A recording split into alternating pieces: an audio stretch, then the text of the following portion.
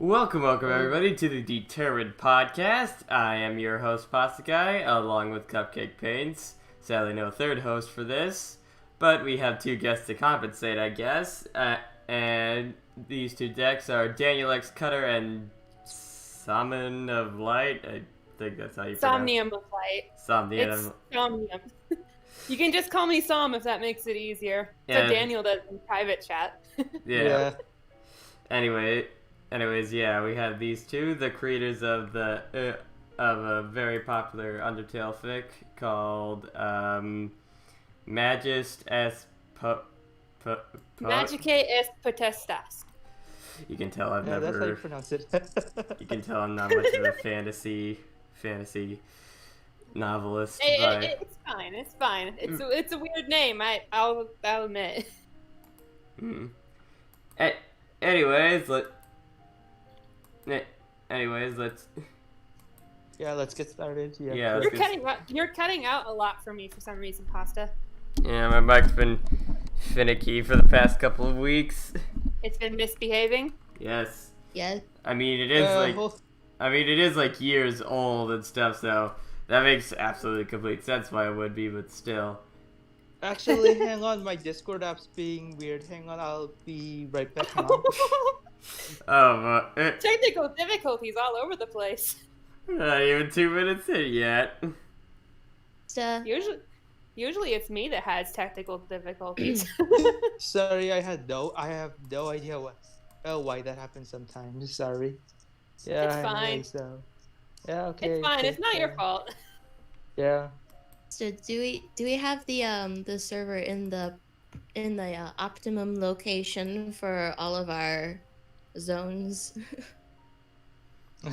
Yes. Well, I think so. Well, maybe not for me. I mean, I live in South Korea. After all, it's literally after midnight. This is enough coffee for this? Yeah. I had a canned coffee like about half an hour ago. Although, now that I think of it, that might not have been strictly necessary, but whatever.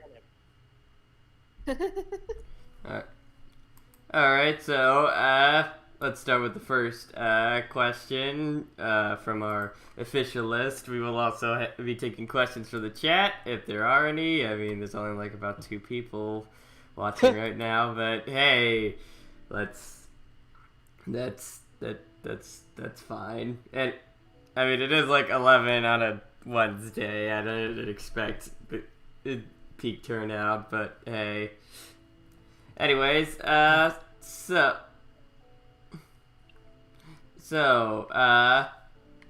first question, how did you two come up with the idea for your AU? And also, no wait, before I ask that, could you two give a brief description of your AU for those who haven't read it yet?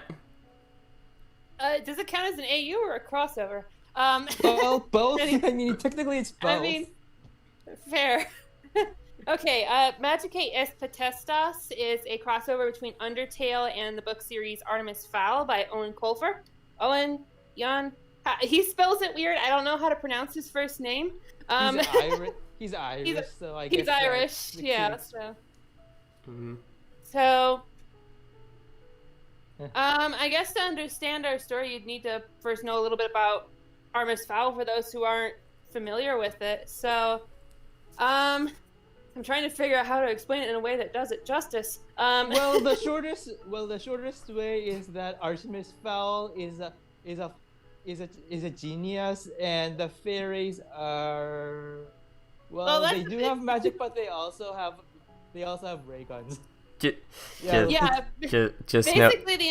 Just know, guys, no matter how poorly you describe this, it will be better than the movie did. Fair.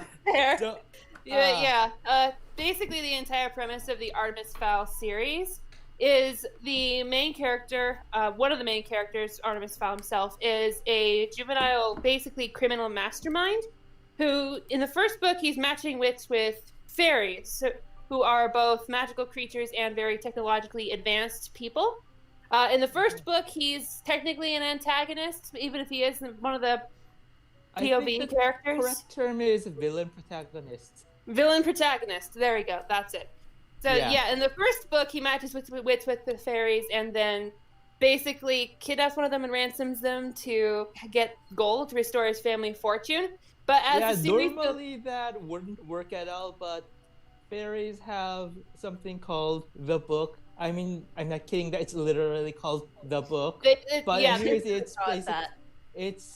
it has a bunch of rules that are magically enforced. They have to follow.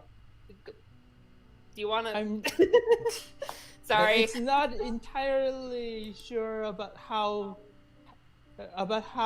strongly each rule is enforced, but hang on, is it just me or is there an echo? Yeah, there's. I'm not hearing an echo. There's a bit of an echo for you. Anyways, I continue. Okay, so basically they are basically forced to obey the rules, and the rules that Artemis is specifically exploiting in this case, if he beats them fair and square, then he gets to keep the gold he steals from them. He gets to keep it, no rematch. Yeah, no unless he take-backsies. starts trouble with them again, but he's smart enough to not want to do that.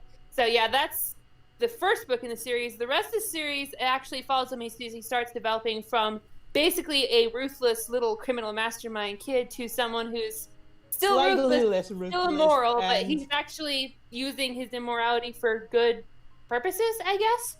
He goes from villain antagonist to anti-hero by the end of the series, basically. It's very interesting to see the character development over the course of the series. Oh yeah, very much like from book 1 to 3, that's like a major shift, and even then there's a lot of it. Like, it's really hard to explain without like spoiling some of the major twists. I mean, to be fair, our fanfic does have a fair number of spoilers in it, so we might end up discussing that anyway. That is a very valid point, but yeah, the first 3, but even the first book, he still has humanity. Like, he's ruthless, but still has. He's still a good person at heart. He just finds it very hard to show. Well, not that great a person, but there's still room for change, and that is very much shown in book 2 and book 3, and he gets a lot better. Anyways. Wow. Yeah. Well, that's very interesting. I might have to read that series sometime. All right, so now. Yeah, you really should. You should read it.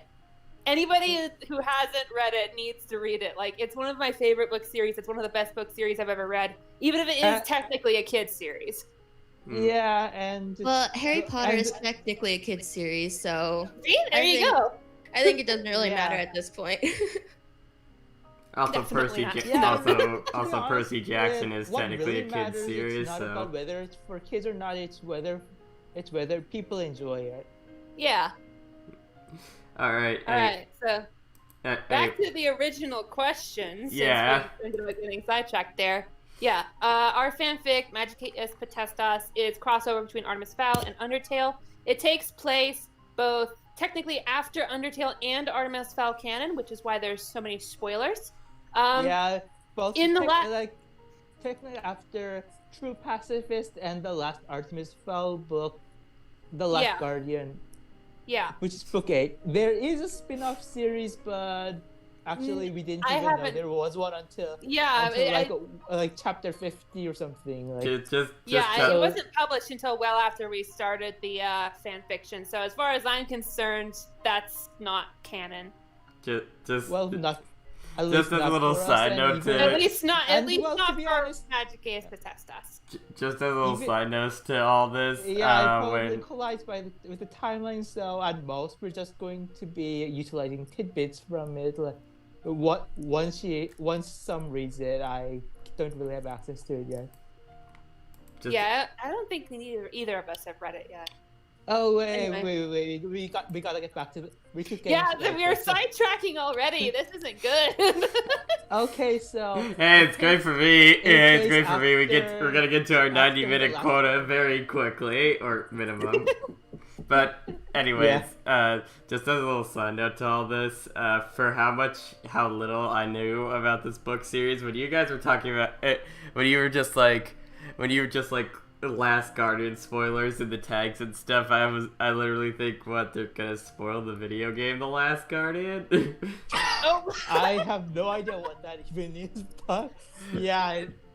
It's made by the same familiar, guys but who I made don't Shadow of really- the Colossus and stuff. Oh really? No. Is that so? Yeah, but anyways, to get onto the bait.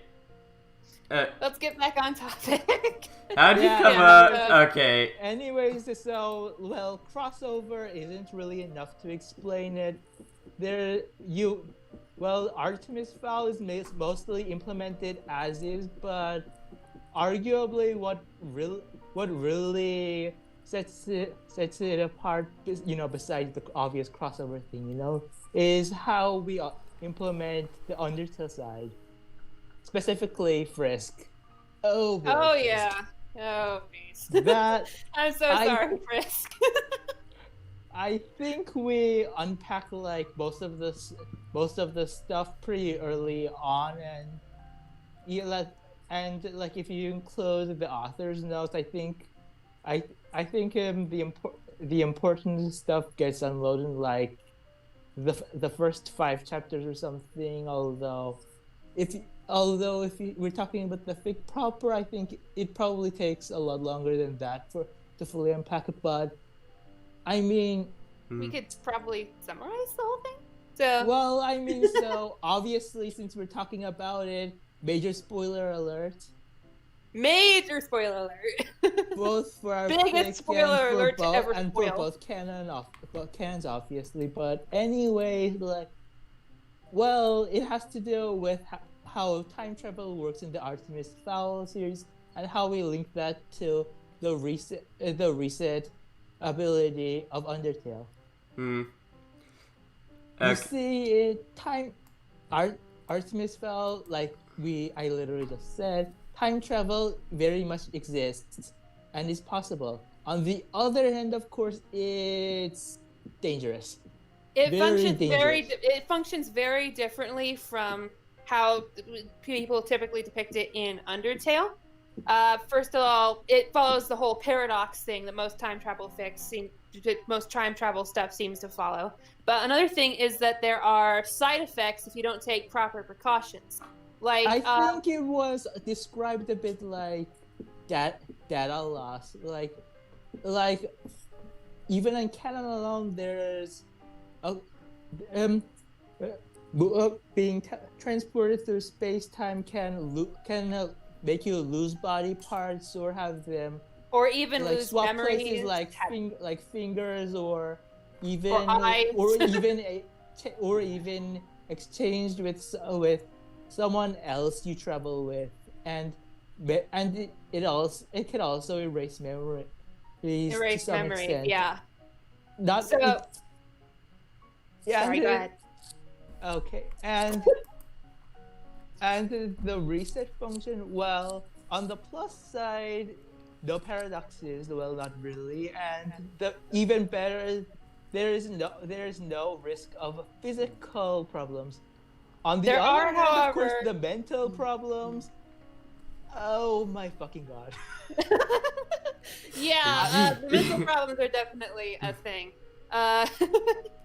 Yeah, they're Daniel, probably I'd like to congratulate you, Daniel. You're the first. I know it's PG-13, but yeah, that bad. You see, That's like the first F-bomb we got on this whole show. sorry. You're going down in history, Daniel. Oh my god. Okay, but yeah, the mental side effects really do a number on our Frisk, and it's behind a lot of the problems that Frisk has in the story itself. Let's see, how do I explain this? Empathy. That's their problem. Yeah. Okay. So the resets. Frisk has been basically looping through the underground a lot, like at least 15 years chronologically. No, it wasn't 15 years. Technically, it's like closer to 12 if you include the time after the time skip. That's 3 years, and they didn't loop during then. But before that, they were looping for more than a decade.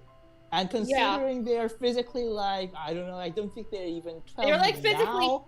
they were like physically 10 when they were actually looping. They're like 12 at this point in the fic.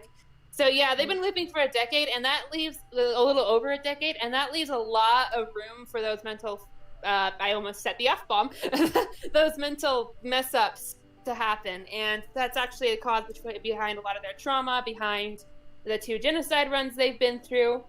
And it causes a lot of problems during the course of the fic, and that isn't really all that good, since they're also trying to be a monster, the monster ambassador during this whole thing. So, well, we say ambassador, but yeah, to be honest, it'd be accurate to say that they're the de facto ruler. To be honest, like they do. No, like, that's Toriel. They're like the de facto diplomat. They're the person that helps the monsters talk things out. I guess, but well, considering how much legwork they do, it wouldn't be too inaccurate to say that they really do most of the politics. I mean, like it's not like Toriel's doing nothing, of course, but with Asgore in self-imposed exile in the underground. Yeah, fair. I guess that's fair. Cupcake. Yeah, this is gonna be the easiest podcast to ever record. We could just let these two talk for like an hour and a half. Oh yeah. We gotta elaborate on the genocide run part. Yeah, why specifically that works? Because it's not just some random mental glitches.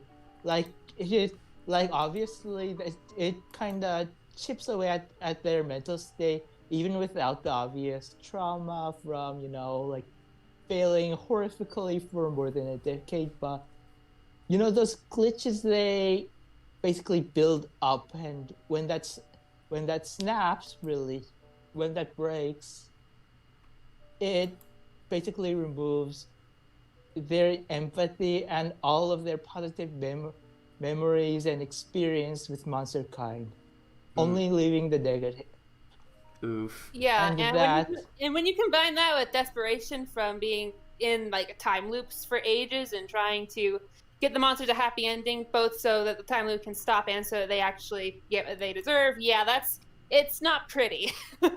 Negative emotions and nothing positive to balance them out, and with that, they go genocide.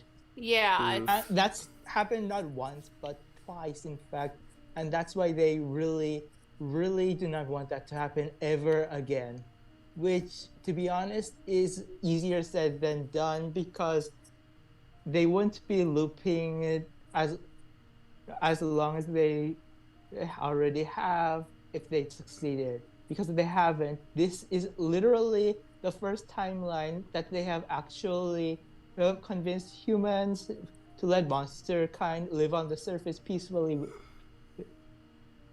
There's every other single timeline, it's failed one way or another, and that has been going on for like more than a decade. And let me remind you, Frisk is still a kid. They might not act it, but they're still a kid. Yeah, that's. And even then, the only reason things started going well for them in this timeline is because they actually got some help from Artemis Fowl. Yeah. Cupcake, is your mic doing okay? What? Sorry, what? Cupcake, is your mic doing okay? Oh dear. Oh. Stupid. Oof. This really is the stream of technical difficulties. Okay, so donate to my new charity foundation. Help the Cupcake get a new microphone. No, We're accepting donations now. No, Cupcake. What you need more than anything is a new computer. Very true. Yes, I do need a new Oh dear. computer. I need both. I have a feeling it's both that are failing me. Oh dear. I mean, if it was a genuine thing, I mean, if you had to would pick offer one- donate, but if you had to pick one, it'd obviously be the computer, though. Yes, because then I could actually maybe, like, I don't know, get some work done on my computer without it crashing or something. That would be nice. Oh dear. Oh, another sad thing. Coffee and tea. Someone on Discord just like private messaged me. It's like, hey, can I submit questions here because the YouTube chat isn't working for you? And I was just like, yeah. Do you guys know Coffee and Tea or? That's Blue Key, right? Yeah, I think so. I mean, that's him. I remember. Yeah. What did he ask? he basically was. He asked me if we could submit questions here and stuff, which, by the way, we still technically haven't covered a single question because you guys have just been talking with each other. sorry. Okay, anyways, we're at the part about like Artemis Fowl. Like he did give them advice, but I guess it's kind of base. It's kind of basic. To be honest. The basically real nail in the coffin wasn't the directed advice. It's what happened after that. Yeah, basically, I think that was the entire first arc, right? The entire first little mini arc or so of the fanfic was basically my entire premise when starting with the fic, which was Brisk interacting with Artemis Fowl without knowing it's Artemis Fowl to get the monsters out from under the mountain. So yeah, they don't know that they're talking to Artemis Fowl. So that's yeah. Something dropped. Yeah, he gives them advice, but what the real nail in the coffin, what really makes humans at large want the freedom of monsters, it's because Artemis literally hacked into the computers of the U.S. government and spread the information about monsters all over the internet, like literally all over the internet.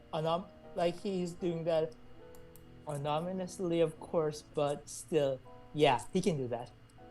I mean, this is after an event that happened in Artemis Fowl called the Techno Crash, where a lot of technology went boom. But even so, he's entirely capable of doing that. And he did. And like, of course, so knowing that the American government was containing an incredibly peaceful race of monsters who are entirely willing to coexist peacefully with humans was a big blow to the American government. But the bigger blow was the core. Oh, yeah. Remember what we just said about the techno crash? So that means technology most technology is in the world went boom, and that includes a lot of like electronic power sources. So green energy, like what the core creates, is a big deal. Like, I mean, the core is we went for geothermic, right? Basically, magical geothermic generation. Yeah, that's what a lot of fics do. It's like, oh, let's use geothermal energy to make magic or whatever. I mean, they have a literal volcano on their, like, it's not even their doorstep. It's like in their living room or something. Why wouldn't they use it? Plot twist, Matt The Evan floor would be... is literally lava. Yeah. plot twist. Like, Matt Evan would be like an active volcano if it weren't for the monsters. Yeah. But anyways, that's a good idea. Pasta, how did you grab my headcanon? You're not allowed to do that. That's illegal. Okay, but anyways, like, the American government trying to keep that for themselves is not doing them any favors, especially since there was a treaty where all UN countries share relevant technological advances, and of course the Americans didn't. So pretty much everyone got angry at the American government. Everyone. And that really wasn't, that didn't really make them good. So between that and, of course, well, Frisk has had a decade's worth of political experience after all, and they're smart. They're not quite a genius, not like Artemis is, but you know the term photograph memory. Like then turn that about like 10 notches up, and you might have what Frisk is. I think that's actually something that happened in real life. People who literally can't forget, who have such good memories that they literally can't forget things. That's basically Frisk. So yeah, they're good, and that's how they managed to secure MonsterKind a place in America. But since a lot of monsters have moved across the globe, they've been visiting other countries to handle that themselves with Toriel.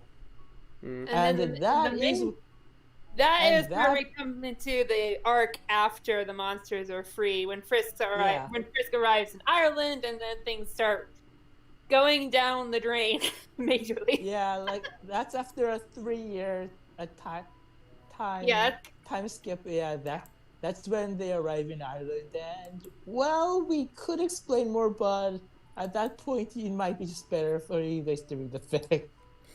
And we've already spent pretty long on this first question anyway. It's been 26 minutes, guys. We just explained like most of the entire first arc. At least the important parts. So yeah, next question please. Okay, so we have a couple like from the chat and stuff that are very similar to ones that we were gonna ask anyway, so I guess we could go through those. Wait, you also asked how we met, didn't you? How we came? Yeah. I think you you actually asked like how did we come up with it, and that is actually a very different thing from what we've just been talking about. Actually, I wasn't part of that at all at the very start. That was awesome. I didn't even jump aboard until like chapter 25 or so. So any spelling errors, that is all her. At least any spelling errors, any ridiculous numbers of spaces. Yeah. We'll keep on pointing that out a lot. I know. I think that was killed that. Yeah. Anyways, but yeah. So this fic was originally my brainchild. Then Daniel ended up asking a lot of world building questions in a chat on Tumblr, and then eventually in Discord. One thing turned to another, and now he's my editor and idea man whenever I can't figure things out for myself. Yeah, we started like one story, and now our plans are like for an entire trilogy. Oh yep. And we're still on the first one. Yep. Oh my god. So don't worry, this isn't going anywhere anytime soon. Okay. But anyways, the base idea, what Somnium thought about first? I basically looked at Undertale and then at Artemis Fowl, and with these two books these two series are weirdly similar. I need to write a crossover, and that was literally the only thought I had before I started writing. That is a lot. That is the very big reason why she's getting sidetracked all the time, to be honest. But anyways, the actual similarities. Let's see. You got a kid going up against non-human beings. A kid like a literal child going up against a species of magical creatures who by all means should be vaporizing them and then scattering the atoms across space. And I'm not really sure how much that of it is hyperbole, considering what some of the really crazy things that both species can do. But they still manage to win one way or another. They do. They manage to win. They manage to befriend them, although some take longer to do that than others. Cough, cough, Artemis, cough. Oh, and yeah, both magical species live underground. How did I forget that? Oh yeah, absolutely. They both had wars against humans. They both went underground to hide from humans or were imprisoned by humans. And yeah, although to be honest, I don't. It's been mentioned in the fic at least once, but the monsters did have it at least marginally better than the fairies, to be honest. Yeah, they were much closer to the surface. Like they could actually like grow overworld plants in the underground, even if only in a few places. The fairies are they're like miles beneath the surface. They're practically almost at the mantle, I think, canonically. Yeah, they're like so far underground because they're literally hiding from humans. Like it's been literally 10,000 years and more since the fairies ran underground. Not even sealed ran, and they're still scared so much that that at least half of their society, or at least half of what the lower elements police does is keeping fairies a secret from humans. Yeah. That's actually a very interesting point because it shapes and colors how monsters and fairies see humans respectively. And how they interact with each other later on in the fic. Yes, monsters have a much more positive opinion. Like, of course, there's differences between individuals from both species, but still, monsters have a much more positive outlook, and fairies have a much more negative outlook. Yeah. All right. Next question. Okay, I think that's it for that question. Unless we spend another half hour on literally one question. You answered you answered actually. Now let's go on to the next question. Well, you answered actually three of the questions that I was going to ask you. So. Okay, so on the next one, and then I guess before we. All right. This question is from Bluekey /Coffee Tea and stuff. This is probably the most. This is probably the most standard question you can probably ask an author and stuff. To some, are we going to get the next chapter sometime this millennium? I asked that question to myself often as well because Bluekey's being mean to me outside of chat too. Yeah, but you can't blame him, can you? Because no, I can't. Because your views get even more sidetracked than you do, and that's saying a lot. I'm seriously. I think she has at least three fics on hiatus just because of this, and she kept sidetracked for those as well, and Minecraft, and I don't even know. Yeah, basically my inspiration is like an ADHD child hopped up on at least 10 cans of soda continuously for 24 hours a day. So yeah, all I have to do is go watch a random YouTube video and suddenly boom, all inspiration for continuing to write the fic is gone. And I get sidetracked for several weeks. Yeah, apparently just saying Bluekey really liked that reaction you guys gave. It's basically she's basically like a Temi on a sugar high. It practically bounces off the walls if you don't keep it in restraint. Yeah, I mean, this is an example.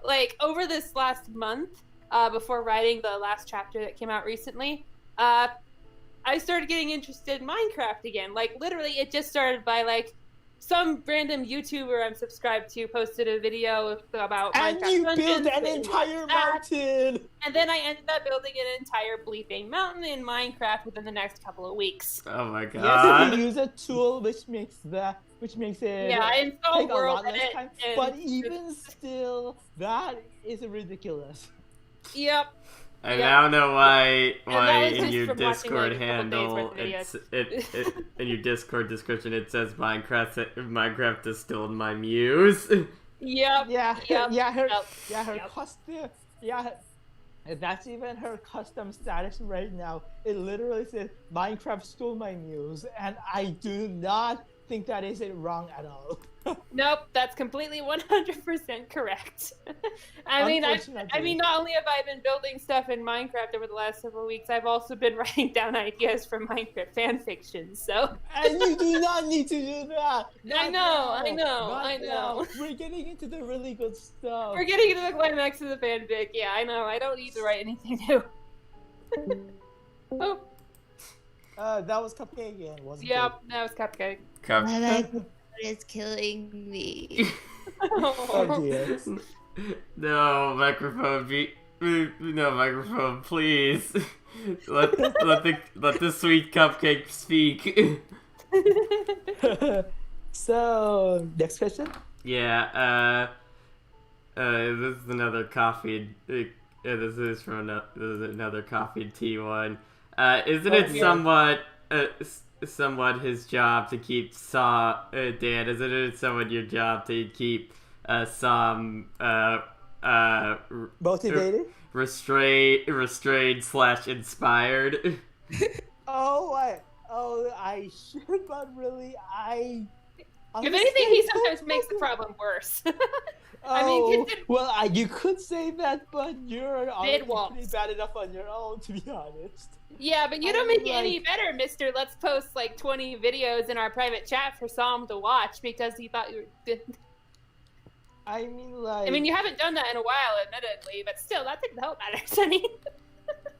Yeah, but well, there's only so much I can do, to be honest. But yeah. So wait, I just remembered. You still don't have the next chapter outlined on it, have you? No, I've been trying. Really, I have. But I've been having trouble figuring out how to get to the next major plot point from where we are right now. So. Oh well, to be honest, like the part we are now, it's arguably one of the most hardest parts because we have a general outline as to what's going to happen after this arc. Like we obviously have to flesh that out later on. And oh look, like Nikhil just sent me a PM via Discord saying 20 years later, Som makes a Minecraft fanfic, and oh my god, please, I do not want that to happen. Not now, please, not now. Let's at least wait until after MSP is over.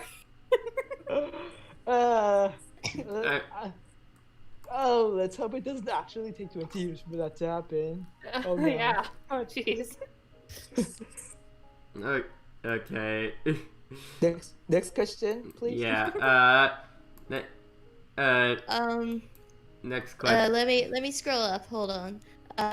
Okay, so from the YouTube chat, Tevin Daniels asks, is Artemis Fowl similar to the Percy Jackson books set in modern day with mythology? Well, I think it's sort of like a mix between that and sci-fi. Because if you look at some like fairy folklore, the fairies of Artemis Fowl do actually fit. So in some cases, depends what you mean by similar. Honestly, like if you're asking about the writing, no, absolutely not. No, the writing is very witty and snarky, and the main it drives characters into humor. The main characters also have very different personalities. But if you're talking about like the general urban fantasy concept, then that is true that both are urban fantasy. Although Artemis Fowl has, like Som said, a lot of sci-fi tossed in on top of that. In fact, you could arguably say that Artemis Fowl is closer to sci-fi than normal urban fantasy because of how technology dependent the fairies are. Like, yeah, they do have magic there. But their magic is very limited. The magic is very limited. Magic. Yeah, especially compared to monster magic. Monster magic is honestly kind of ridiculous in comparison. Like obviously any magic at all is better than none, the applications of fairy magic alone are like pretty scary. Like one of the most basic is literally brainwashing. They call it Like the to an mesmer. extent. All a fairy Yeah, has to do is like make eye contact with a human, and they can literally use their voice to basically hypnotize somebody into doing something for them, even if that something is against what every single moral code they normally do. Yeah, that does. Oh snap! Yeah. That doesn't need a lot of juice for something to for it to work against someone's strong will. Like even Like Artemis's pickle, body like Frisk is capable of shaking it off before it takes on full grasp. And well, to be honest, Frisk is honestly literally the most resistant to the mesmer, because not only are they a very determined human, obviously because they also have they also have Kara in their head, and you really can't mesmerize both of them at once. But that it's just like it's actually because of Kara and less about determination. Like even Flowey almost got caught in it, and Flowey's like almost like 99% determination. Yeah, it's just like the fairy just comes. Yeah, the fairy just comes up to if Frisk tries to hypnotize them, and Kara's just like, "Hey, stop that!" No. I mean, that sort of happened with that. Not with any of the fairies. One of the main should we talk about this? Actually, this is a major spoiler for the fanfic. Maybe not. Okay, there's a character in the fanfic that tries to mesmerize Frisk and sort of succeeds, and then Kara snaps them out of it by literally taking control of Frisk's body and headbutting the guy right in the freaking nose. Oh yeah. Kara would hesitate. That's a thing. Like Kara has better reflexes, so they basically lend their body out a lot to Kara. It's been like more than 10 years, so they've gotten pretty used to yeah, they basically got a whole symbiotic possession thing going on. Frisk takes care of normal day-to-day diplomatic stuff. Kara's the one that helps Kara is when someone needs a kick to the shin. Yep. Speaking of that whole trans voice thing, that reminds me of another another book, Dune by Frank Hubert and stuff. It's like one of the big old science fiction books from back in the day. I've heard of it a lot, but I've heard of it. I don't think I've read it. Yeah, it's getting a movie later this year, and let's hope that one's better than the Artemis Fowl. No, don't worry. That is probably a low bar. That bar is so low. It's probably that the fairies are probably sitting on top of it. Don't worry. Dune already had a really bad adaptation in the 1980s and stuff.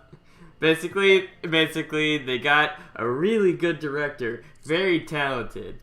If you're doing something that isn't science fiction, that is, which is what this book is.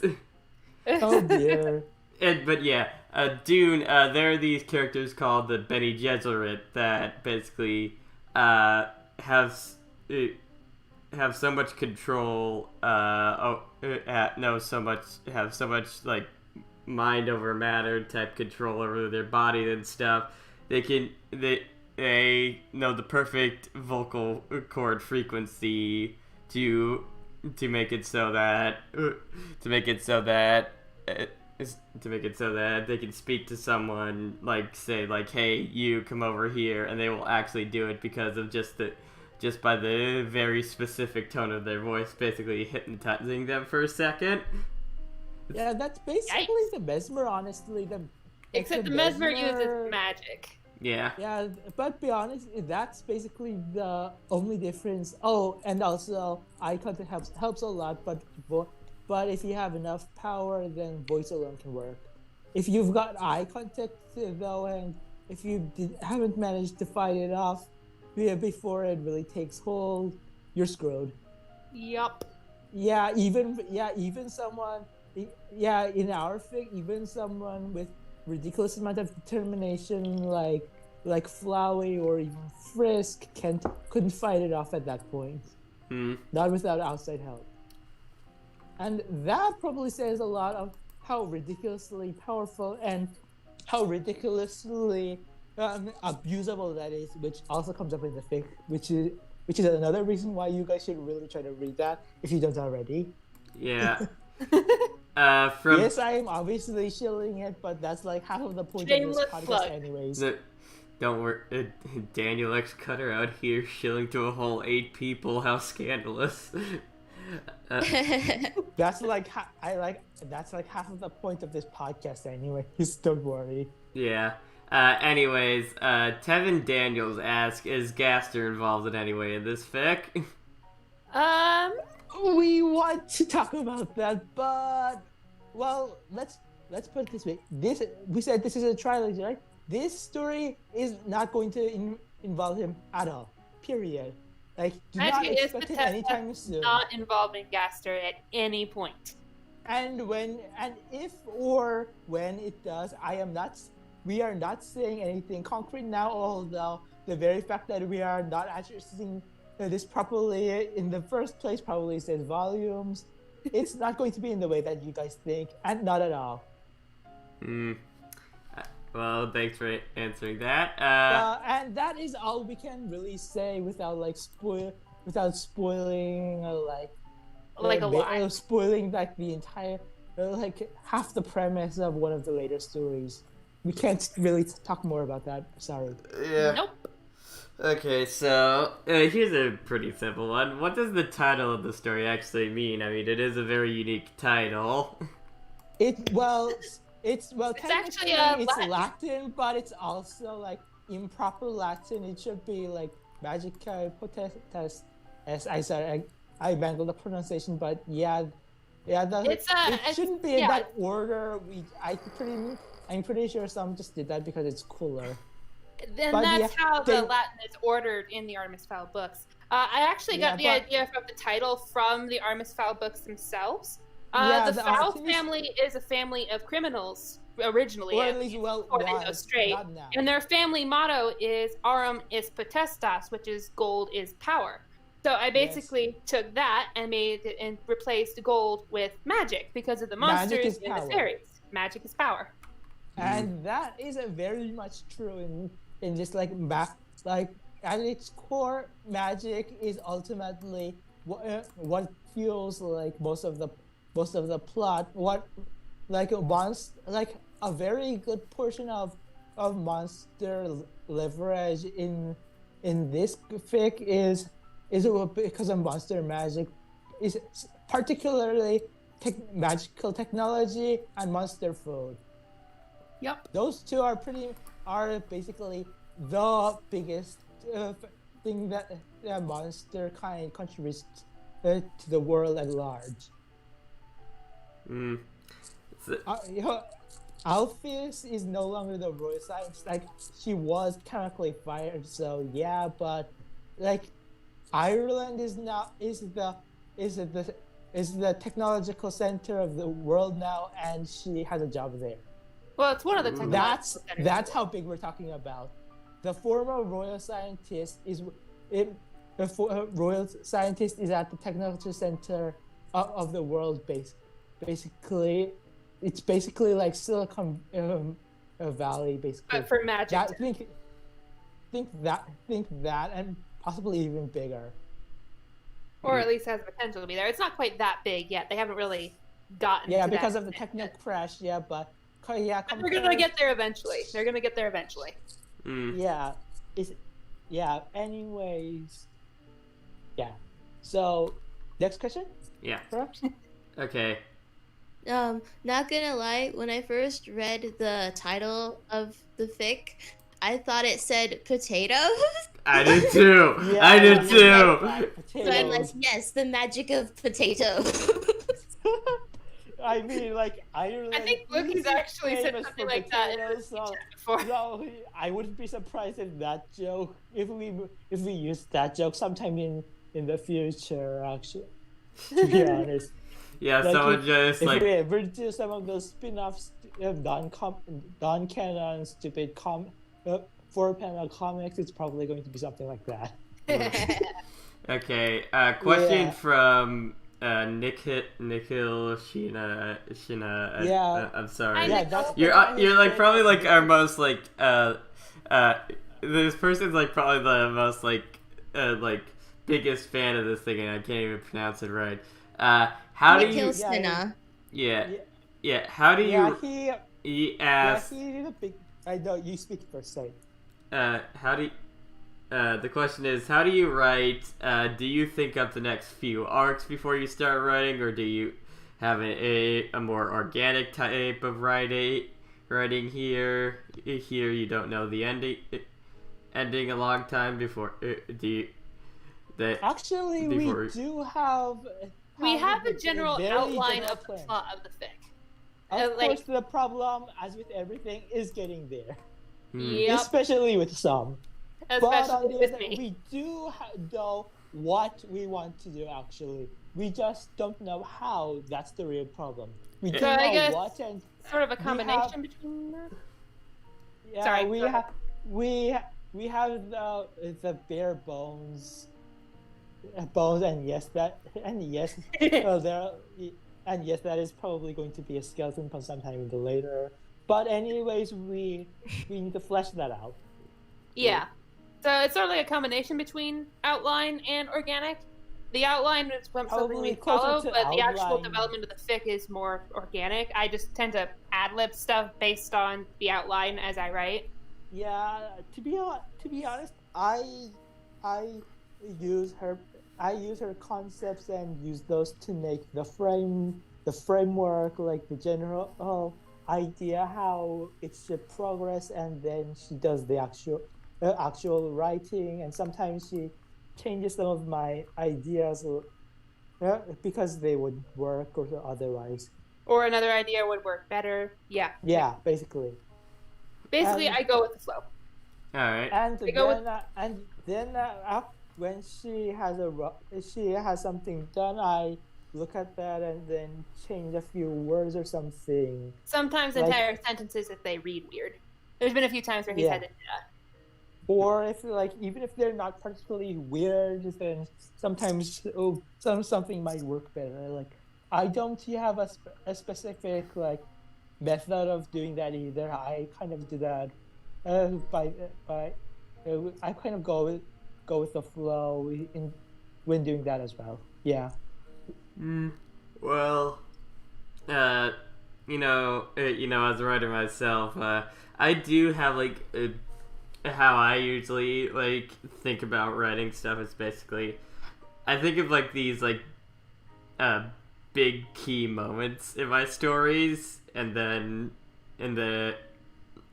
how they're ordered and stuff and all that, and then I get all these big key moments, and then my brain's just like, okay, buddy, how do you connect these things together? And that's where I.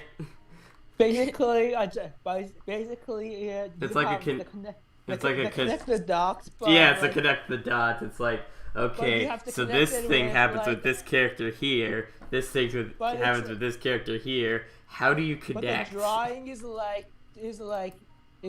30 feet long, and you have to connect the dots with a 12-foot tall block of charcoal. Yeah. That's pretty much how it feels. Yeah. No. What happens is it's a nice clean sheet of paper with one dot and two dot, and it's like there's a nice simple straight line to it. Straight line to it that you could do, but what actually happens is that you literally go every single which all over the paper while trying to connect the dots. Yeah, you pretty much end up drawing the Mona Lisa between those two dots. Yeah, exactly. Yes. It's really hard to explain if you haven't done something like that, but it just happens, I guess. I think we can't really describe better than that. Yeah. All right.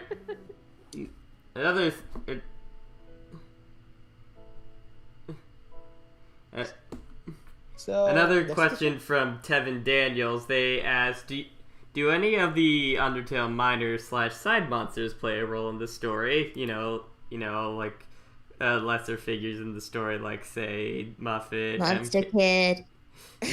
Let's see. Cupcake really likes don't Monster play Kid. They don't, in general, they don't play any big roles, but they do turn up sometimes. Remember, the monsters have basically sort of scattered all over the world during the fic, so some of them are there, some of them are in other countries.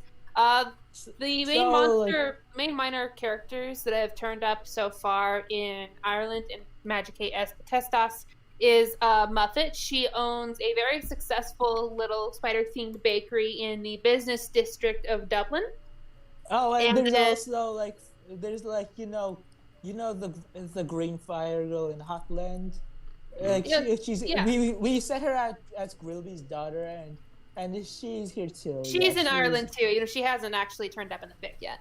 And then there's also some minor mentions during some events of other monsters. The Drake family. The Drake family. The Drake family's in Ireland too. So Snowdrake, Snowdrake's dad, and then Snowdrake's mom, the Amalgamate, are also there. Momglamate.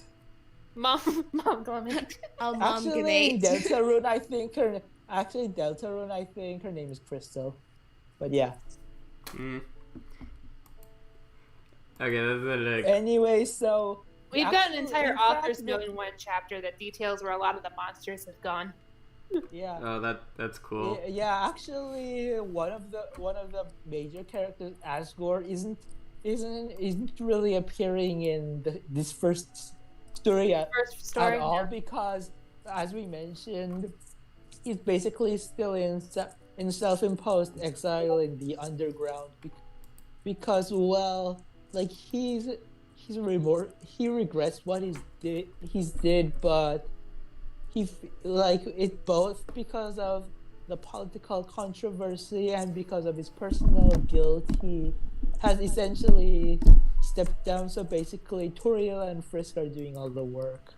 Oof. Yeah, he is. I think our general plan right now is to have him eventually come out of said self-imposed exile after a few years in fic, but he's not going to be in Magicate Espetestas. He's going to be in the sequels probably, but not in MSB. Mm. Yeah, and honestly, it's hard to explain why without spoiling both what's already happened in the fic and what's going to. But if Asgore was out, then it would probably actually cause more. It would be gone very differently from how it has. Very differently. Very differently. Yeah. But okay. So, any other questions? Yeah, there's plenty others. This is a really off the top of my head question. I didn't have this written down and stuff, but sure, give it a shot. Are there any references to Deltarune in this at all? No, at least not intentionally. Some hasn't even. I'm pretty sure some rationalize not playing it out because, if her muse is already this bad, then try to imagine how it would if she got interested in Deltarune, which, considering how the first chapter has gone, she's probably going to jump into a rabbit hole the size of Mariana's trench. I mean, I'm about to plunge down that rabbit hole too familiar. because I'm about to start my big Deltarune fic. Most likely at the end of this month. So, yeah. Yeah, and to be honest, it's even if it gets released eventually, it's probably not going. There's probably not going to be much implemented on most of few cameos because, one way or another, it doesn't really look like Deltarune is a direct continuation to Undertale. Well, and it has a very, very different tone from Undertale, from what I know about it too. So yeah, that too. Yeah. It would really fit. Yeah, it's not really going to influence the fic too much. All right. Fun side note about that. I'm pretty sure I pointed this out on another podcast before and stuff, but The most Deltarune content I used in my Undertale fic and stuff was like basically it's like A few characters. Asriel was like in Asriel and Frisk were in class with each other. Yeah, Asriel comes back in my thing because Asriel's my favorite character. If you couldn't tell, yeah. And you couldn't tell by this point. Yeah, and basically they were just like, and basically it's like Alphys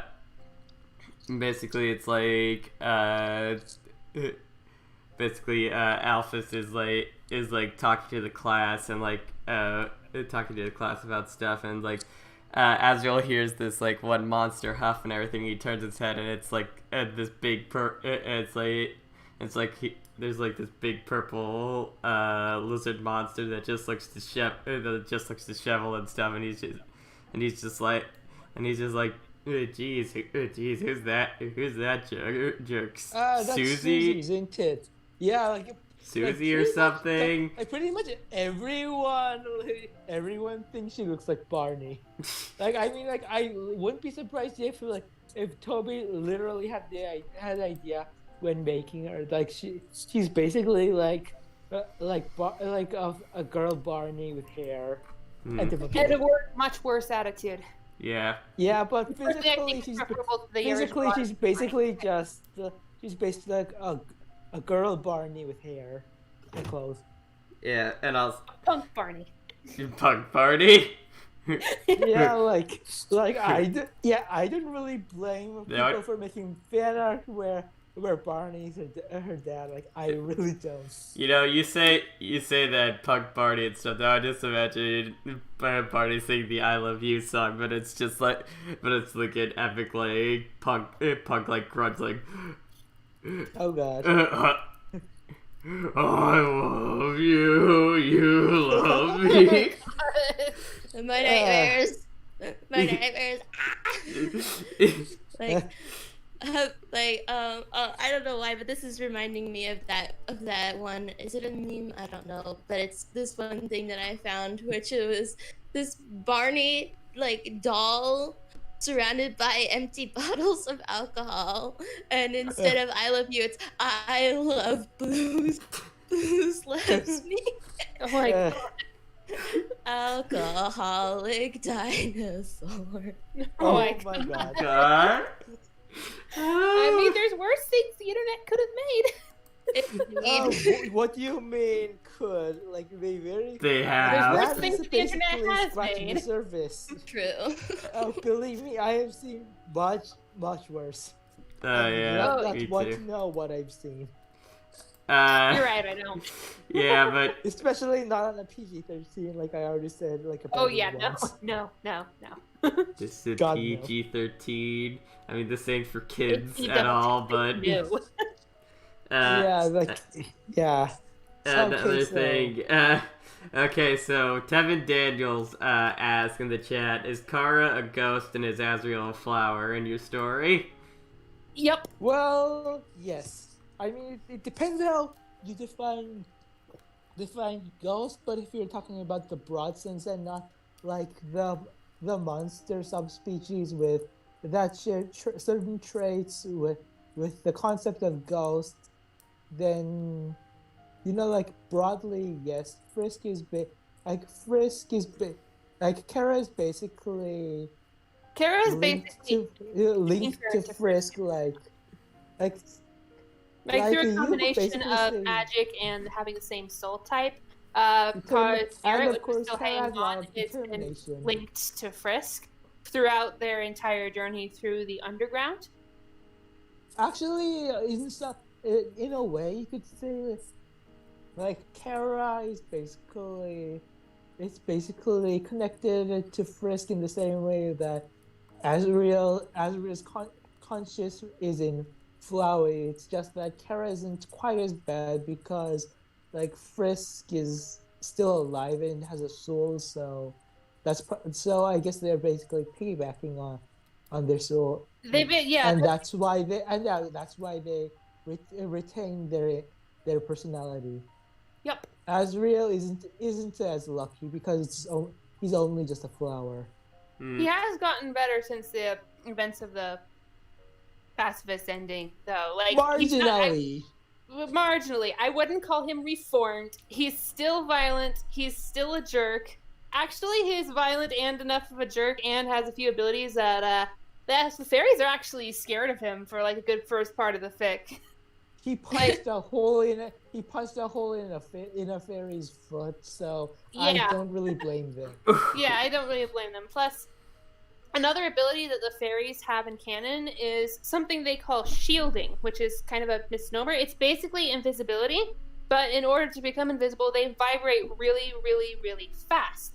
And in the fic, you know how hummingbird? Yeah, you can't really see the wings of a hummingbird. It's basically like that. It's a bit complicated, although it's not really given a complicated explanation in canon, though. So I don't think we need to make it more complicated than it actually is. So yeah. Usually you can't really see it with your eyes. You have to. You might see like special a equipment or something, but you won't actually. Yeah, it might look like a bit like a heat haze.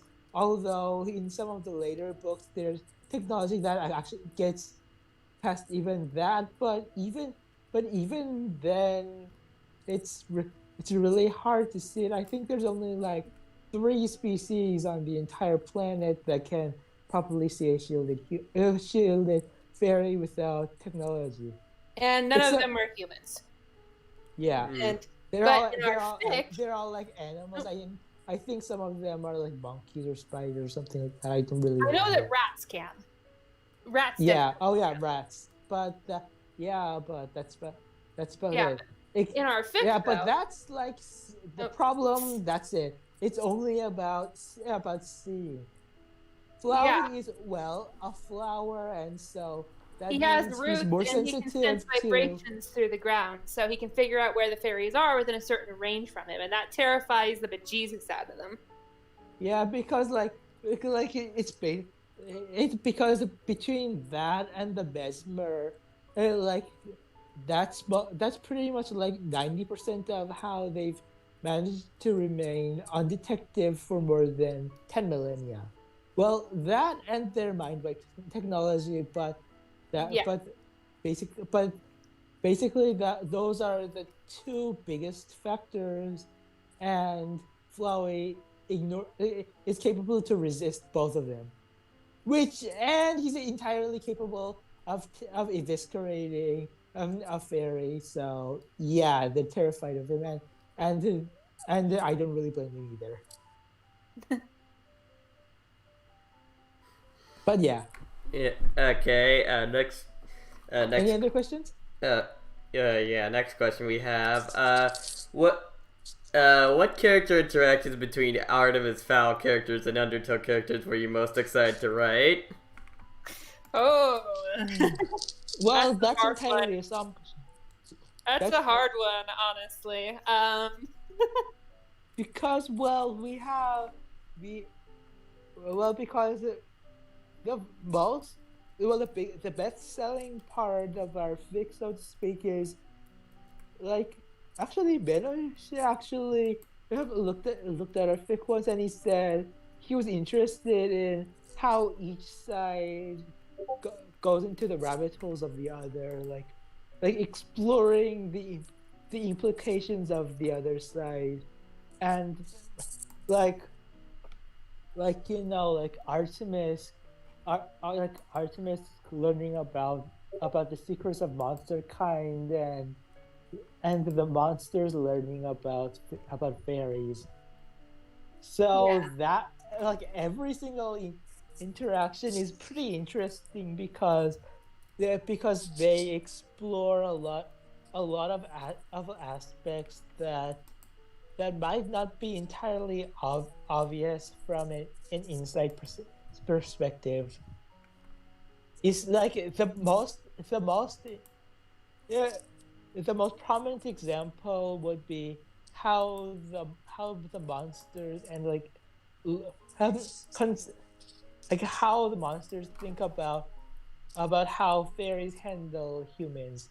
That was interesting. Fairies don't really like at least in as a whole they don't really treat humans as equals in terms of policy, like the mesmer, right? You know, that is basically standard procedure, and so is mind wipes, which they can use to erase selective memories. They can even sure use technology to create entire personality changes. And they did that in book 3 with one of the criminals facing. So yeah, there's that guy was an extremely dangerous person, and that might have been the quote best unquote option, but it's really a lot of people don't really like the moral implications. Like that would obviously be pretty much the last option. The last option the fairies would take, short of actually killing someone, and they really don't like doing that. That's the one, like they honestly don't really like killing humans. If they were okay, then Artemis Fowl would be a lot darker. Oh yeah. But yeah, anyways, doesn't mean that's not still an option for them, though. They just don't like doing it.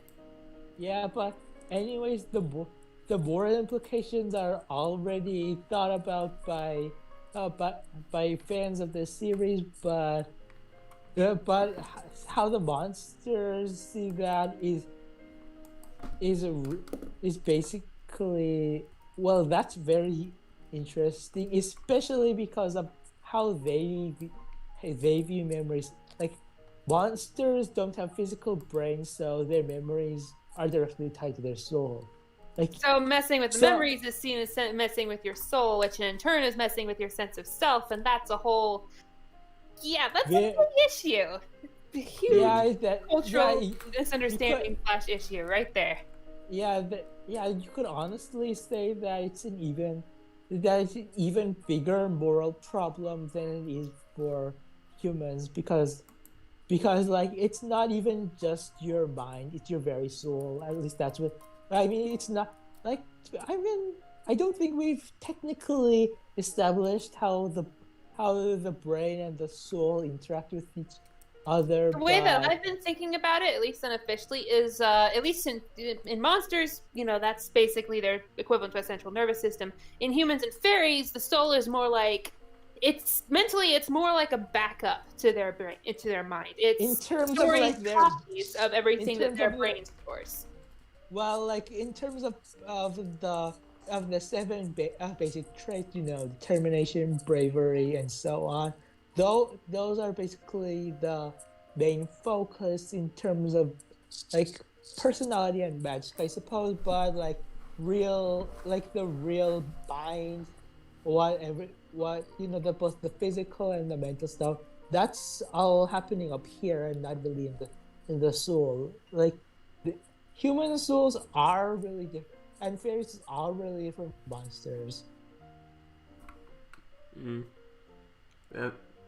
They're fundamentally different. Yeah, that sounds very interesting. I can't hear you. Oh dear. I can hear him just fine. Hopefully that means the stream can hear him just fine. Guys in the chat, what do you say? Can you hear Daniel?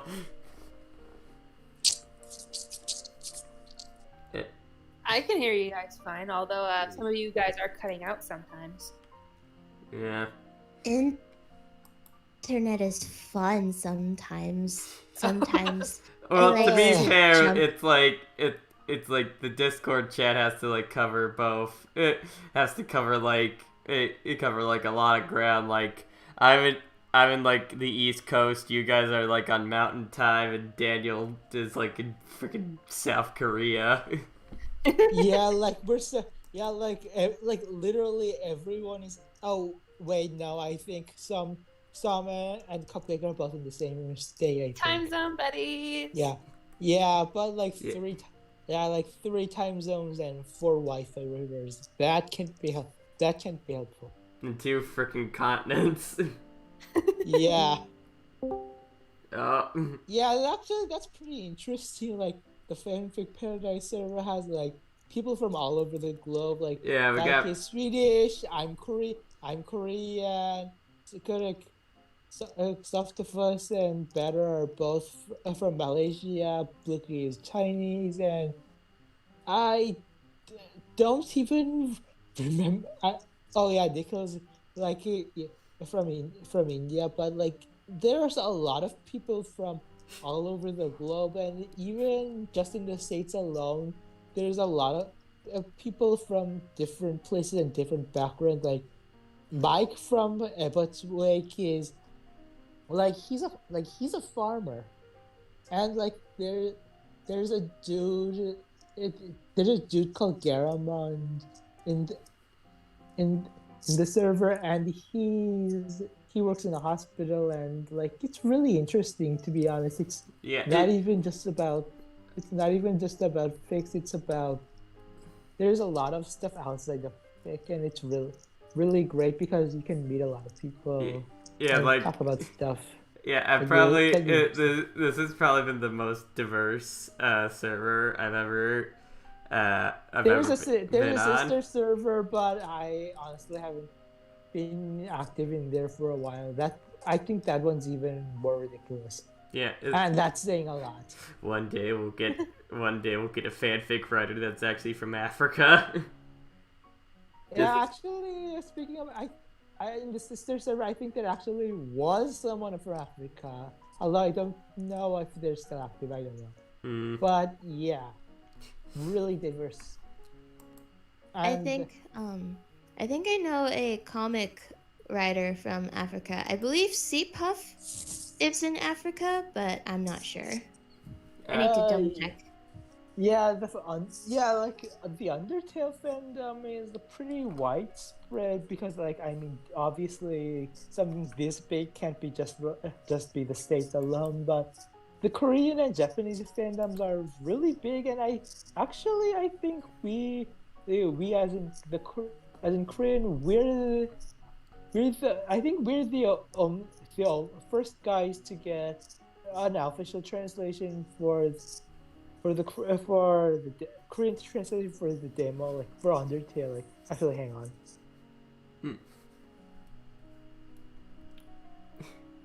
But yeah, it's really big, and it's actually still big. There are a lot of pretty well known AUs that actually started in Korea, and really? even then there's like Dust. I think I think Dusttail is Korean. Yeah, I honestly don't really have to dig that far. Like, even like both for the game itself and for AUs based off of the game, those are pretty big in Korea. It's really big.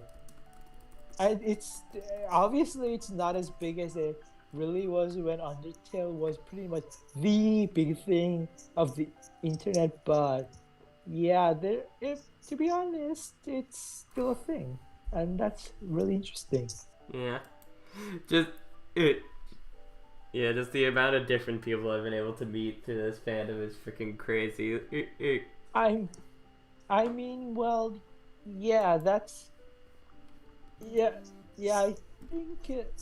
Yeah, I got interested because of I stumbled upon Undertale from something totally different, and then I got interested in Glitchtale because I knew some of Camilla's work before then, and and this led to that, and then eventually I became Undertale trash, and then I met Som. Well, actually, speaking of that it's really great, because I've always wanted to be a writer, and well, this isn't exactly writing, but this is basically my dream. Reading and writing. Those are some of my favorite things to do, and I'm doing that. Yeah. Great. I'll say, like, I have, like, a big plan for it to basically be like, okay, we're gonna write, like, my 2 big Undertale and Deltarune fanfics and stuff. Then after that, I'll actually try to write actual books. I have a couple of novels, like, saved up in my head, honestly. Oh. But you haven't gotten around to writing them yet? Yeah, because I'm one of those people that's, like, I like trying to do, like, one thing at a time when it comes to writing, where it's just like, okay, I'm gonna give, like, this story, like, 110% of my focus and stuff. I mean, it doesn't always work. Oh, some really needs to Can't say I relate. I mean, it doesn't always work. I mean, right now I'm, like, in the middle of writing a short story. Yeah, short. It's like, hang on, let me look at this. Like, what, 5 chapters long? No, it's all one. It's all one big chapter. And how big is that? Let me. Again, How many words, pasta? Yeah, If because the document would load, that'd be great for answering this question. Yeah. Okay. So I have like word way too many count. ideas for my own good. I do Same. too. Oh yeah. Oh Like, yeah. And yeah. It is already at it. Okay, so the thing is, my thing is at it's at 22 pages, and at 8,665 words for a short yes. story, Like, and it's not even short done yet. It's story. probably gonna be over 9,000 by the time it's done. And I'm supposed to be in the middle of writing something else. God dang it! I knew that was gonna. I should have known that was gonna come up. Ran right into that pasta. That's your own fault. I'm That pretty is sure you did my that on fault purpose. completely. Oh my god. Oh my Actually, god. like you have an original idea, don't you? Yeah, I've had an original idea for a book series myself that's been in the works since like middle school, but I haven't actually gotten around to writing it yet because And the story originally started off as a Percy Jackson clone, and then it slowly evolved into something else over time, and now I don't know where to start. Oof. Yeah, well, I've looked a bit at some of her ideas, and I can safely say that the Percy Jackson clone era is way behind what she's done with it. Like obviously she still has like a way to go, mostly because I keep prodding her to actually do our fic before starting on an entirely new project, because otherwise we're not going to get anything done anytime soon. But yeah, it's really interesting to be honest. The only problem with Som is that she has too many ideas. Yeah. Oh yeah. That's like to be I can relate. And also focus. Like honestly, the quality of her ideas, those aren't the bad. Honestly, It's only just focus, really. That's her. Of course, that's a very big problem, of course, but still. Yeah. The thing. I understand that with like the so many ideas and such, because like I have my journal with like 5 pages of ideas for different things, like fan fictions, comics, animations I want to make, and also I hope to become I hope to be somewhat of a small indie game developer in the future. Oh, yeah, I have a couple. Yeah, I have a couple of original ideas in the back of my head, honestly. So I really should be actually doing those instead of spending all of my time on YouTube. But well, The creator's dilemma. Do Do something productive or watch YouTube. Yeah. I mean, for the past couple of days, I've been. Yeah. For the past couple of days, like instead of working, I've been binge reading the manga Beastars instead. So Yeah, yeah, the bane of every creator ever. I mean, it is nice because this is the first thing I binge read in a really long time, and I'm just like, I forgot how much I really like to read and stuff. And it is a fantastic manga, of course, along with it. Eventually, you have to pull your head off the clouds, even if you need to deal with a cattle prod. Yeah. And to be honest, I'm not sure if that would be enough for some sometimes. Yeah, I'm not sure It- cattle prod would be enough to get my head out of She's the in the clouds. she's in the middle of freaking making her mound, and you come up to her with the cattle prod, and she's like, "Ow, that hurt!" And then she goes right back to making the mountain. Yeah, I'm pretty sure we need unlimited cattle prod works for that to work. Oh god. Oh god. Now you're bringing up the Fate references, of course. Oh. Anyways, Don't even think about it, Sam. Don't even think about it. Hey, I haven't watched those anime or read the manga or played the game. So far I say I'm doing pretty good at keeping my focus off of that. yeah, I've only like I remember like back in the day, since you brought up Fate, I remember my sister watching like the 2006 version of the anime back in the day, and then I have watched I've watched Fate Zero and some of Unlimited Blade Works, but that's about it. It's honestly like surprising. Like it literally started as an adulterated dating simulator, and look at where we've gone now. Like it was it really started as like an excuse for Saber and Shiro to have sex. Like no, like that was like literally there's like excuses for that, but I mean seriously, look at the franchise, look at it, and like see how far it's come. It's Yeah, it's really, like it's so massive that I can't get away from the references no matter where I go. Okay. Yeah, I mean, like, in fact, my Fanfic Paradise nickname is used to be Unlimited Idiocy Works, so Unlimited Idiocy. and now it's Pale Idiocy works because you're interested in the Hollow Knight 2 to be. Yep. And seriously, when are we getting Silk Song news? Oh my god. Yeah, seriously, when is Silk Song coming out? Come on, Team Cherry. No, don't you get it? Silk Song is a conspiracy by the developers, the same way Elden Ring is a conspiracy by the Dark Souls developers. Oh my god. Yeah. Oh yeah, I heard about the memes like Elden Ring. Like it took so long. Like people have done like literally hundreds of fan-made bosses before they even released anything about it. Yeah. Yeah, it's basically the Half-Life 3 memes of FromSoft. Yeah, because FromSoft is actually usually really good at like putting out games and stuff at a pretty consistent rate. I mean, at least they're getting like a year or two of releasing Dark Souls 3 after Bloodborne or something, like a year or two, like pretty quickly. Yeah. Anyway, so back to the actual questions about the fic. Back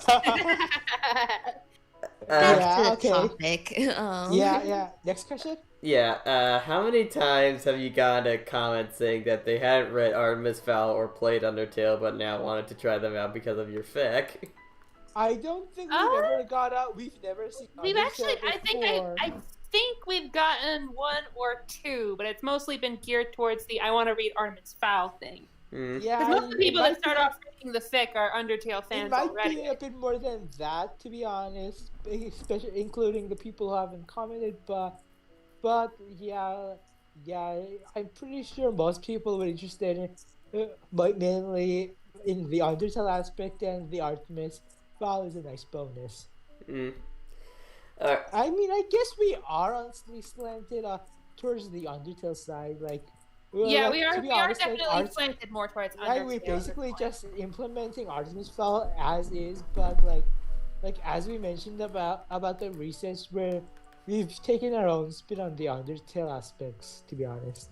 Mm, And of course, we've got a lot more in store for that too. cool. All right. Yeah. Next Another- question. Yeah, another question. What's it like, Raid, covering the political angle of the Undertale world in your fic? Monster prejudice and other such political topics? Ooh, that's. If I'm going to be perfectly honest, I don't actually think much on that. That's part of the ad-libbing thing I mentioned earlier. I look at how normal humans react in real life, and then I think, how can I apply that to the monsters? And then it just happens. I mean, like, this isn't exactly Golden Quiche, where where pretty much the politics is like half the point. To be honest, we're not quite as good, but that wasn't really the point, anyways. The politics is more like the reason than It's is the reason why a lot of why stuff is happening. what the plot happens in a sort. It's like how it's how certain aspects are brought together. The focus was never really on the politics. The focus was always on the crossover aspect. Yeah. Yeah. Although to be honest, considering the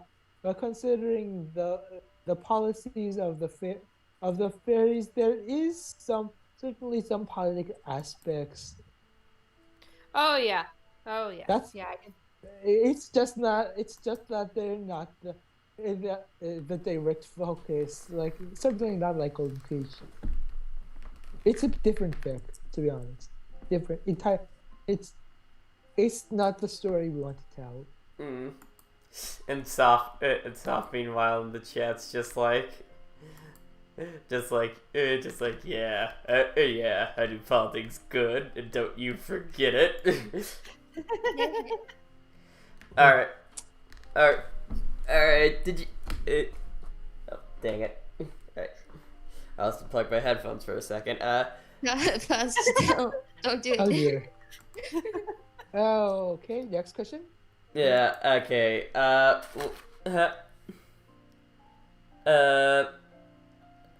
Did you ever have to deal with the stigma of crossover fics have? Like, What do you mean? Yeah, what do you mean by stigma specifically? Well, from what I have experienced from like comments and such on different works is that a lot of crossover fics have to deal with is that people are like, well, these two things have nothing to do together. You just put them together just because you wanted to. It doesn't make sense. Well, first of all, that's literally the entire point of crossovers. Yeah, I mean, actually, we haven't had any problems with that at least not that I remember. Like, people really, really like our fic. Like, I've even had people that have outright told me that they don't normally like crossovers, but that they like Magic AS Potestas because of, well, how well written it apparently is. Yeah, like, you that's remember nice. what I said about Benesh? Benesh literally outright said that he doesn't know half the source material, that being Artemis Fowl, of course, but the writing really got him intrigued. Like, he really got interested in it, despite not knowing anything about Artemis Fowl, except maybe what we supplied him with.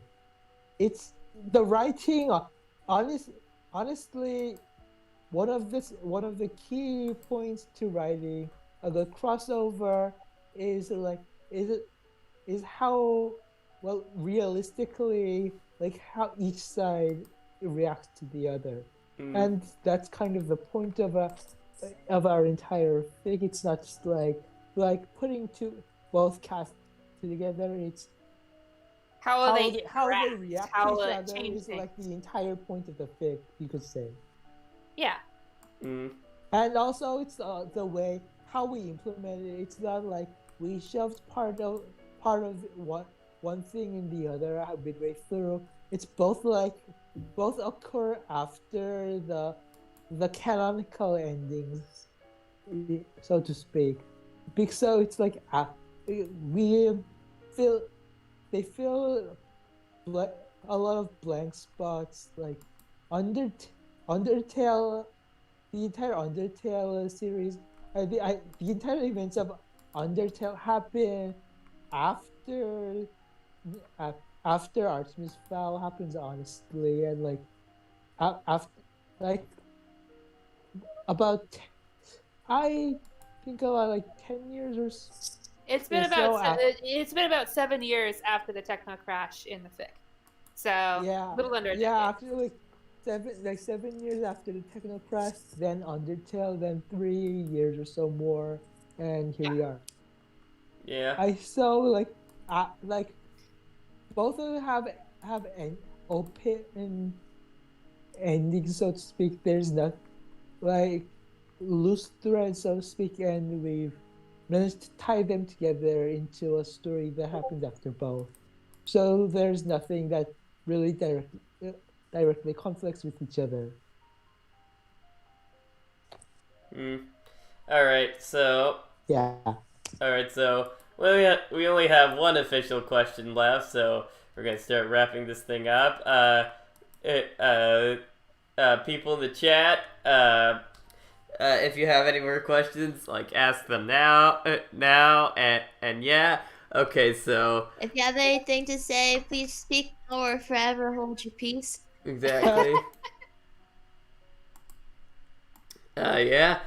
So, I know, this is kind of a touchy subject, but Oh, sure, Oh. sure. Oh boy. Do it. Do it. what are your guys' thoughts on the Artemis Fowl movie that just came out a little while Oh ago? my god, no. I am not even going to watch it at all. Same. I mean, I am not even going, like, considering how much crap people are raising about it. I am not going to touch that with a 10-foot pole. I'm not gonna touch it with a 30-foot pole. Yeah. Like, seriously, I haven't even watched all of the trailers yet, and the fuss that people are throwing up about it makes me not want to watch it. Like part of the appeal, I think, of Artemis Fowl is the immorality conflicting with the moral situations that Artemis gets into, and from what I've heard, they've actually eliminated some of that from the movie itself. I'm not sure if it's true, but that kind of like defeating. It's defeating the whole purpose of Artemis Fowl. That's like you don't do that. One of the main pulls is seeing how Artemis develops from a selfish, ruthless, and rather immoral, if still somewhat, if it was still with some humanity left, person to someone who genuinely cares for other people, and tries to do the right thing. Yeah, and they're basically completely reversing that character arc in the movies, from what I've heard. No, it's not even reversing. It's like they're not even showing the importance of how he changes. So it's not reversing it; it's ignoring it. Then. Yeah. Like how do I put it? Like it's like Undertale, like, except like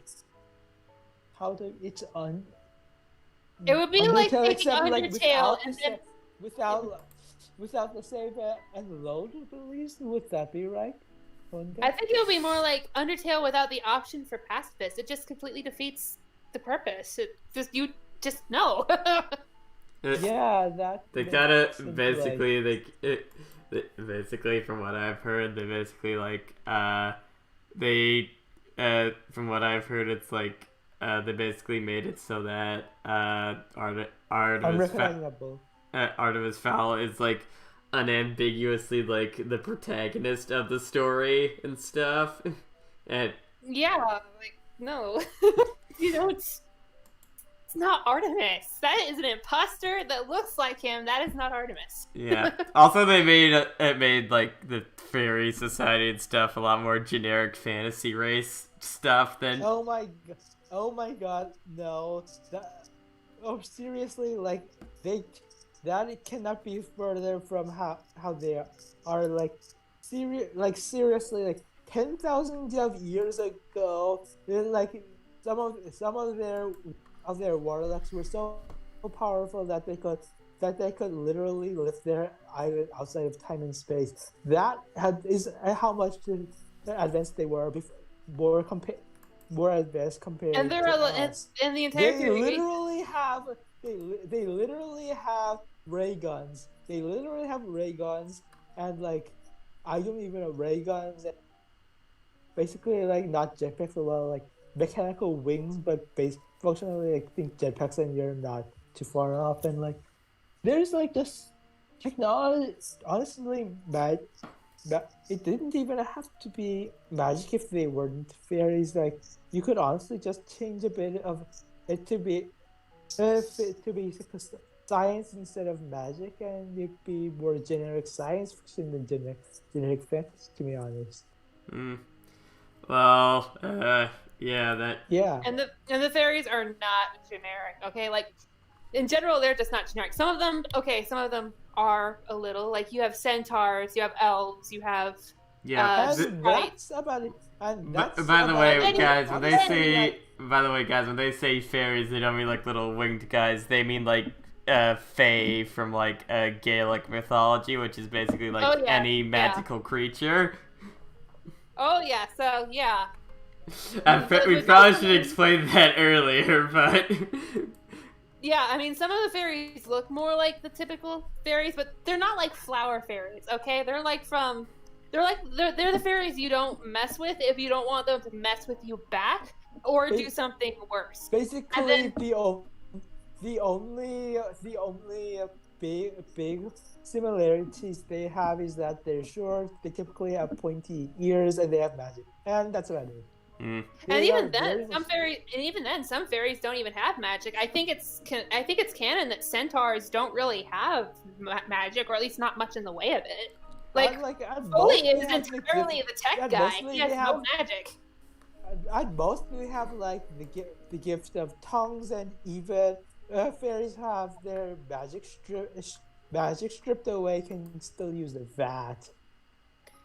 Yep. Yeah, and of course on the other spectrum, you have the demons. Like the most powerful has the their warlocks are the most powerful, like, but most demons don't even have magic in the first place.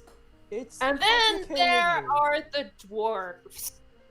Yeah, like honestly, like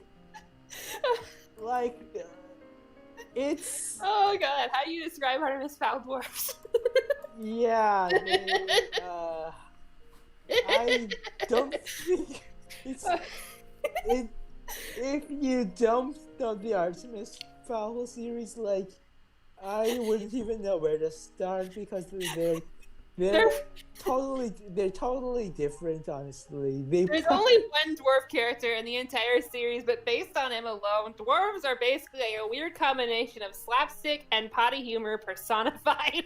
What the flip? Oh god, that's pretty accurate. Like they barely, honestly, considering what dwarves can almost literally pull out of their asses. Like that's not even totally hyperbole. Like if you know what they can do, Oh it my makes God. sense. But They tunnel by eating dirt. They tunnel by eating dirt and then they eject it out. Comes out the other side like in like a few seconds.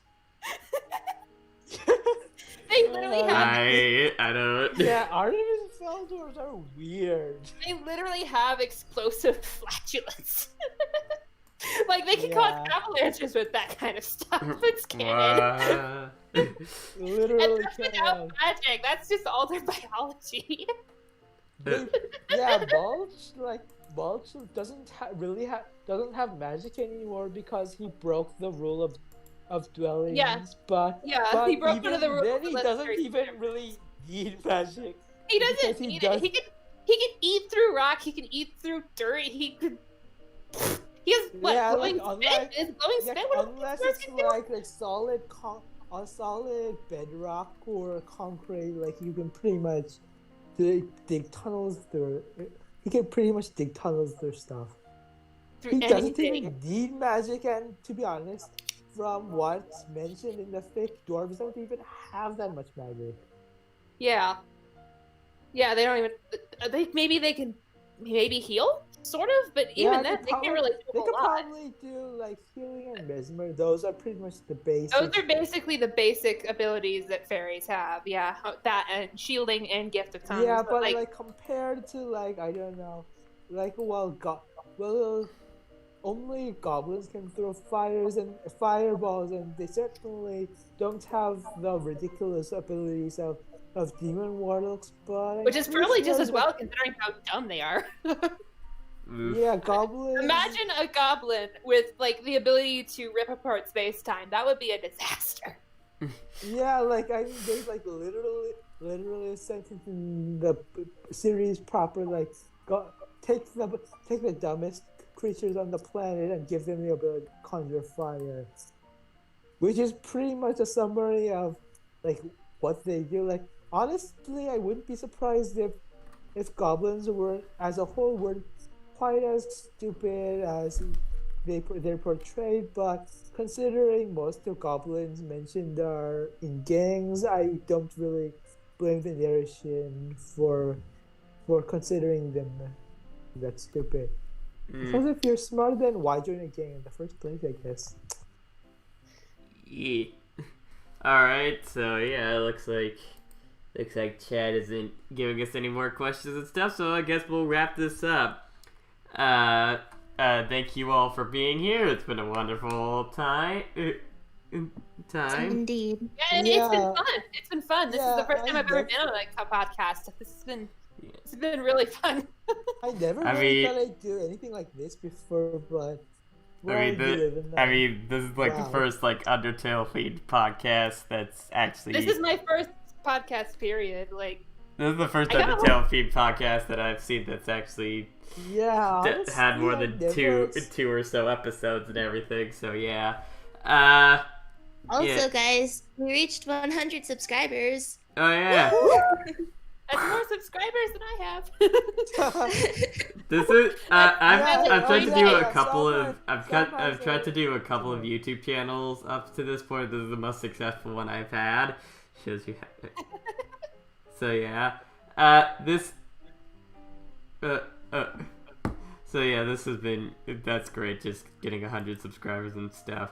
So yeah, it's been great having you guys, and hope you might come back on one day. Next time for us though, for the Determined Podcast, we're going to be having on a very special guest, Insanely ADD, the creator of the comic series Skelecar and a bunch of others. Yes. And it's going to be very interesting talking to them. I've experience talking to them because of... interesting, isn't it? Yes. It's going to be very fun talking to them. And I've actually had experience talking with them before because of some stuff because of this event I was a part of that I'll go into more during the actual interview and stuff. So yeah, that's going to be fun. That episode is going to be that episode Saturday. Yep, July 4th, America Day. Independence Day. Woo. Yeah, it's got a. I mean, it basically is America Day. You think about it. It's celebrating freedom. It's gonna kind of suck for you guys because of the pandemic. Like, I mean, obviously, some people are going to go out no matter what, but still, it's not really the best time to go outside and watch fireworks, is it? Yeah. No, it's not even close. We're just gonna we already have our fireworks. We bought them like a few days ago. We're just gonna be setting them off in the backyard. Not any like air fireworks because those are illegal in my state, but but like the fountains and like firecrackers and poppers and confetti things and such. Yeah. Time to scare the dog and spook the ducks. Sets off crackers, ducks, whomstiff. Quack, quack. That actually sounded a lot like a duck. You should hear my sister do animal imitations. Like, she can do a perfect wild turkey imitation. It's crazy. Wild turkey. Oh, Wild turkey. Oh well, at least not. At least she's not an untitled ghost. Mm-hmm. Oh my god! Yeah, thank God. Honk. But yeah, thank you all for coming. It's been fun. It's been fun. Hope everyone has a good night, or whenever they're watching this. And good night, good day, good afternoon, good Ciao, night. and See ya, for guys. everyone at home, stay determined. Stay Determined. Stay determined. Oh, I Stay came in late there. determined. And yeah, we'll see you.